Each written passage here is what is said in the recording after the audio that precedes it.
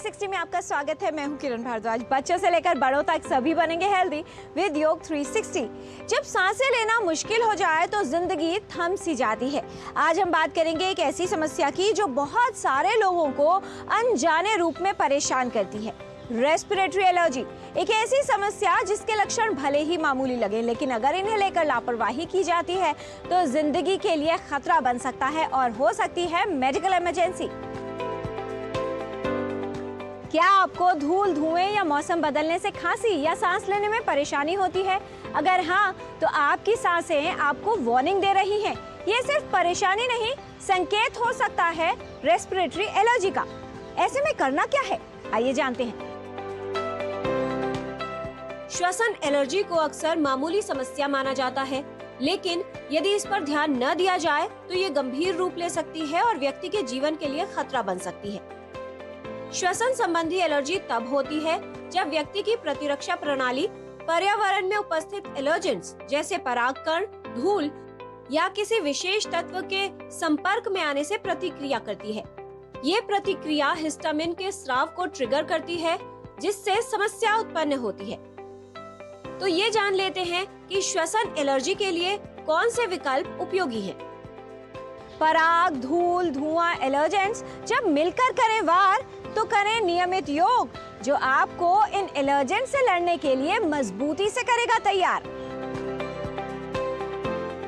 Respiratory allergies के लिए विशेष रूप से हमें अपनी रेस्पिरेटरी इम्यूनिटी को बढ़ाना है और हमें अपनी लंग्स को एक्सपैंड करना है, हमें लंग्स की क्लिनजिंग करनी है। तो इसके लिए 2 अभ्यास हमें नियमित रूप से करने हैं। सबसे पहला अभ्यास कपालभाति क्रिया का अभ्यास करें, जिसमें हम सांस को रोकने का काम नहीं कर रहे हैं, सिर्फ क्रिया के रूप में, यानी हमारे जो षटकर्म है, जो क्लिनजिंग प्रैक्टिसेस हैं, उसके रूप में हम इसका अभ्यास करें। तो आप अपना आसन लगा करके बैठे, हाथों को ज्ञान मुद्रा में ले लें। नासिका से हमें फोर्सफुल एक्सलेशन करना है, पर योग मजा है सजा नहीं, उतना फोर्सफुल जितना इजीली कर सकते हैं। जब सांस छोड़ेंगे, हर बार एक्सलेशन के साथ पेट आपका कॉन्ट्रैक्ट होगा। एक बार देखिए, इस तरह से करेंगे।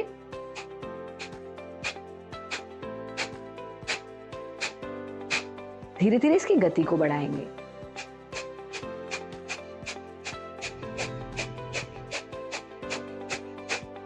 पचास एक्सलेशन कर दीजिए, रुक जाइए। ऐसे 3 बार लंबा गहरा सांस लीजिए, फिर इसको रिपीट कीजिए। 4 से 5 रिपीटेशंस आप कर सकते हैं, यानी 50-50 एक्सलेशन के 4 से 5 राउंड। कपालभाति के साथ साथ आप नियमित रूप से करें समवृत्ति प्राणायाम। ये समवृत्ति शरीर में लंग्स का एक्सपेंशन करता है, ऑक्सीजन की मात्रा को बढ़ाता है, लंग्स की इम्यूनिटी को बढ़ाता है, लेकिन उसी के साथ साथ लंग्स का एक्सपेंशन की जब हम बात करते हैं तो मानसिक तनाव भी सीधा सीधा हमारी सांस को और हमारी लंग्स को प्रभावित करता है। तो ये मेंटल स्ट्रेस को दूर करके भी आपके लंग्स की कैपेसिटी को इंक्रीज करता है। बहुत सरल है। आप बैठेंगे, जमीन पे नहीं बैठ सकते, कुर्सी पर कर सकते हैं। 4 काउंट में इनहेल करना है, 4 काउंट होल्ड करना है, 4 काउंट एक्सहेल करना है, 4 काउंट बाहर होल्ड करना है। यानी 4 काउंट में पूरक, 4 काउंट अंतः कुंभक, 4 काउंट में रेचक, 4 काउंट बाह्य कुंभक। 4 काउंट ही करना है, इसको बढ़ाना नहीं है, ताकि सभी इसको कर सके। तो इस स्थिति में बैठे, inhale, inhale, inhale, inhale, hold, hold, hold, hold, exhale, exhale, exhale, exhale, hold, hold, hold, hold. ये 1 राउंड है। आप 7 से 8 राउंड तक, उससे ज्यादा भी इसको कर सकते हैं। तापमान में परिवर्तन हो, धूल या मौसम में बदलाव, कुछ चीजों से रखें परहेज, आहार में करें कुछ बदलाव। सतर्क रहना ही है रेस्पिरेटरी एलर्जी की समस्या का अच्छा बचाव। डस्ट पॉल्यूशन है, पॉल्यूटेंट्स, ये काफ़ी प्रॉब्लम करते हैं। इसके अंदर हम 4 या 5 हमारे किचन में रखे रहते हैं इंग्रेडिएंट्स जो बहुत काम आ जाते हैं, जैसे कि तुलसी, आप अदरक का इस्तेमाल कर सकते हैं और टर्मरिक, हल्दी का इस्तेमाल कर सकते हैं। इन सभी को लेके अगर आप अपने कुछ प्रिपरेशन को बना सकते हैं, जैसे हल्दी का दूध। हल्दी का दूध इसमें काफ़ी लाभदायक है, जिसमें आप आधी चम्मच हल्दी लेके और 1 पिंच काली मिर्च का डाल के, और अगर आप दूध लेते हैं तो वो भी काफ़ी लाभदायक है। आप काढ़ा बना सकते हैं। काढ़े के लिए आप 1 गिलास पानी लें, उसमें काली मिर्च, अदरक, और थोड़ा सा इलायची, और आप इसमें से सिनेमन, और अगर आप 1 गिलास पानी को अगर बॉईल करके आधा गिलास रख लेते हैं और उसको छान के अगर आप पीते हैं तो ये भी आपके लिए काफ़ी लाभदायक है। आप एक और शीरा बना सकते हैं बेसन का, और वो भी काफ़ी लाभदायक है। इसके बाद आप शुगर का यूज़ ना करके हनी का प्रयोग करें, शहद का प्रयोग करें, और शहद का प्रयोग करके आप काफ़ी सारी चीज़ें को अपने डेली रूटीन में ला सकते हैं। और लास्ट में आपको बताना चाहूँगा क्या क्या खाना नहीं खाने चाहिए। अवॉइड करें प्रोसेस्ड फूड, ठंडा फूड, और थोड़ा समय से खाना खाएं शाम को 7 या 8 बजे तक। और आप कोशिश करें कि एप्पल, पोमेग्रेनेट और ठंडे प्रकार के फ्रूट्स को और ऐसे खाने को ना खाएं जिससे आपकी रेस्पिरेटरी कंजेशन आए, और इससे आप बच सकते हैं।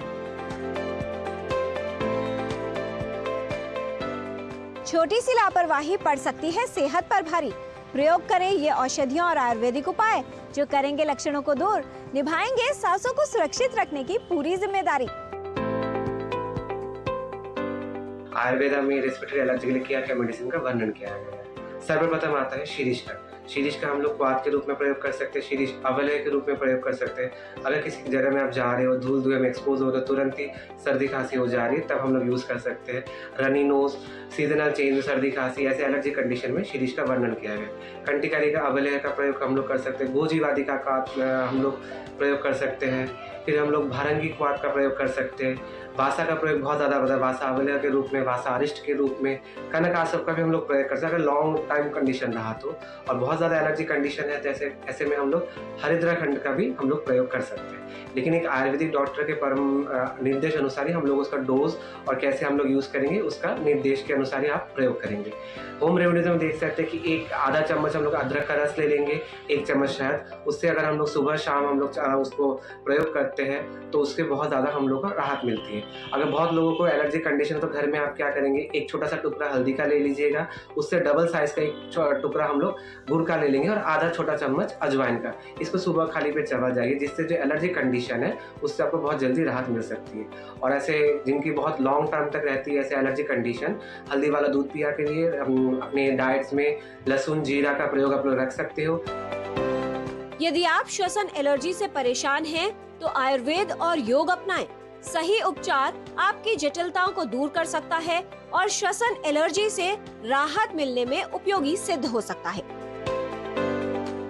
तो आज आपने जाना कपालभाति क्रिया का अभ्यास, समवृत्ति प्राणायाम का अभ्यास। ये अभ्यास नियमित रूप से करें। श्वसन एलर्जी से राहत में उपयोगी है योग। दूध में हल्दी व काली मिर्च मिलाकर पिएं।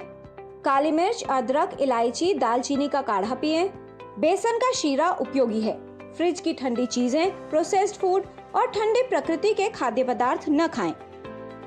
शिरीष क्वाथ, शिरीष अवलेह, कंटकारी अवलेह का सेवन उपयोगी है। गोजीवाधी क्वाथ, भारंगी क्वाथ का प्रयोग करें। वासावलेह, वासारिष्ट, हरिद्रा खंड का सेवन उपयोगी है। हल्दी का छोटा सा टुकड़ा गुड़ और अजवाइन के साथ सुबह खाली पेट चबाना उपयोगी है। रेस्पिरेटरी एलर्जी हो सकती है डेंजरस। जब हो इसका शोर तो इसके लक्षणों को न करें इग्नोर। अपनी सांसों का रखें पूरा ध्यान, तो लाइफ बनेगी सुरक्षित और आसान। हेल्थ संबंधित जानकारी हम आप तक ऐसे ही लाते रहेंगे, आपको हेल्दी बनाते रहेंगे। बच्चों से लेकर बड़ों तक सभी बनेंगे हेल्दी विद योग 360।